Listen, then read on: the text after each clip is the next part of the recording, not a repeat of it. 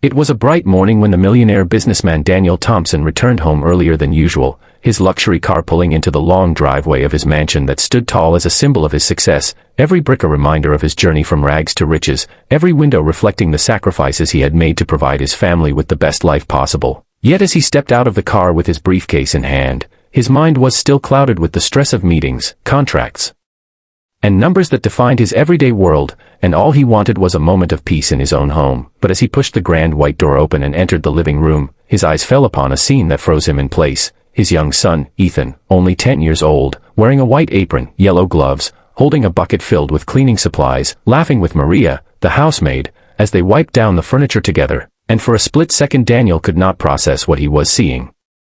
His son, the heir to a fortune, the boy he had sworn would never struggle the way he once did, now scrubbing floors alongside the maid, and the first reaction that rose in Daniel's chest was a mix of shock, anger, and confusion. "What's going on here?" he demanded in a voice that echoed across the hall, making both Ethan and Maria turn around startled, Ethan's innocent smile fading slightly as he looked at his father, while Maria immediately stood up in nervous respect, fumbling with her gloves. "Sir, it's not what you think," she tried to explain, but Daniel's eyes were fixed on his son who stood there holding the sponge with wide eyes. "Why are you doing this, Ethan? Don't you know you don't have to clean?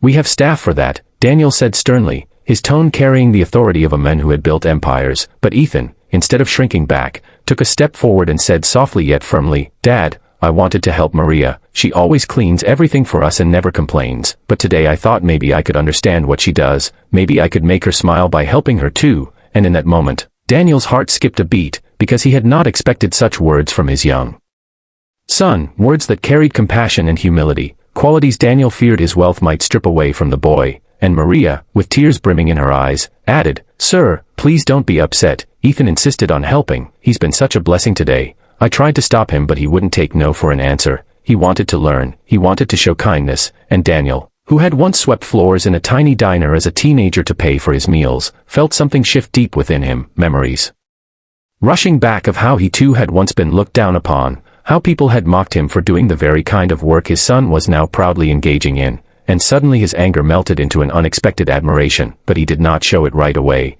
Instead he sat down slowly on the sofa, placed his briefcase on the side table, and observed Ethan carefully, wondering if this was just a child's curiosity or a glimpse of the kind of man his son was growing into. "Do you really enjoy doing this, Ethan?" he asked, his voice gentler now, and Ethan nodded enthusiastically. "Yes, Dad, I feel like I'm doing something real, not just playing with toys or watching TV. I feel like I'm helping someone." And Maria told me stories about her life while we cleaned. "I didn't know she had children too who she sends money to. I didn't know she worked this hard every day so they could study.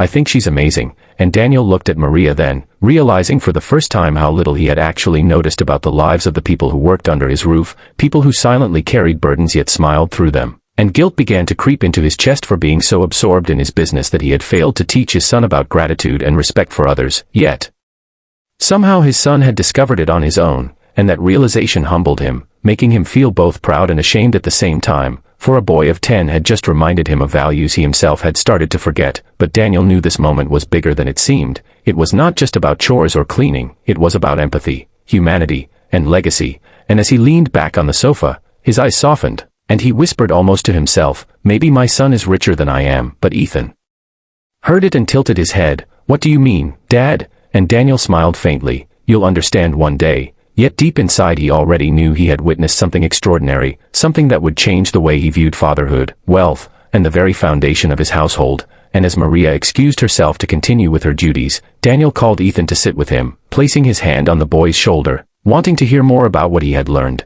And for the first time in years, Daniel felt not like a millionaire speaking to his heir, but like a father listening to his son. And though he didn't know it yet, this moment was the beginning of a story that would shock everyone around him, a story where humility would collide with pride, where wealth would be measured not in dollars but in values, and where a young boy's innocent choice would unravel secrets, truths, and transformations that no one in the mansion had ever imagined possible.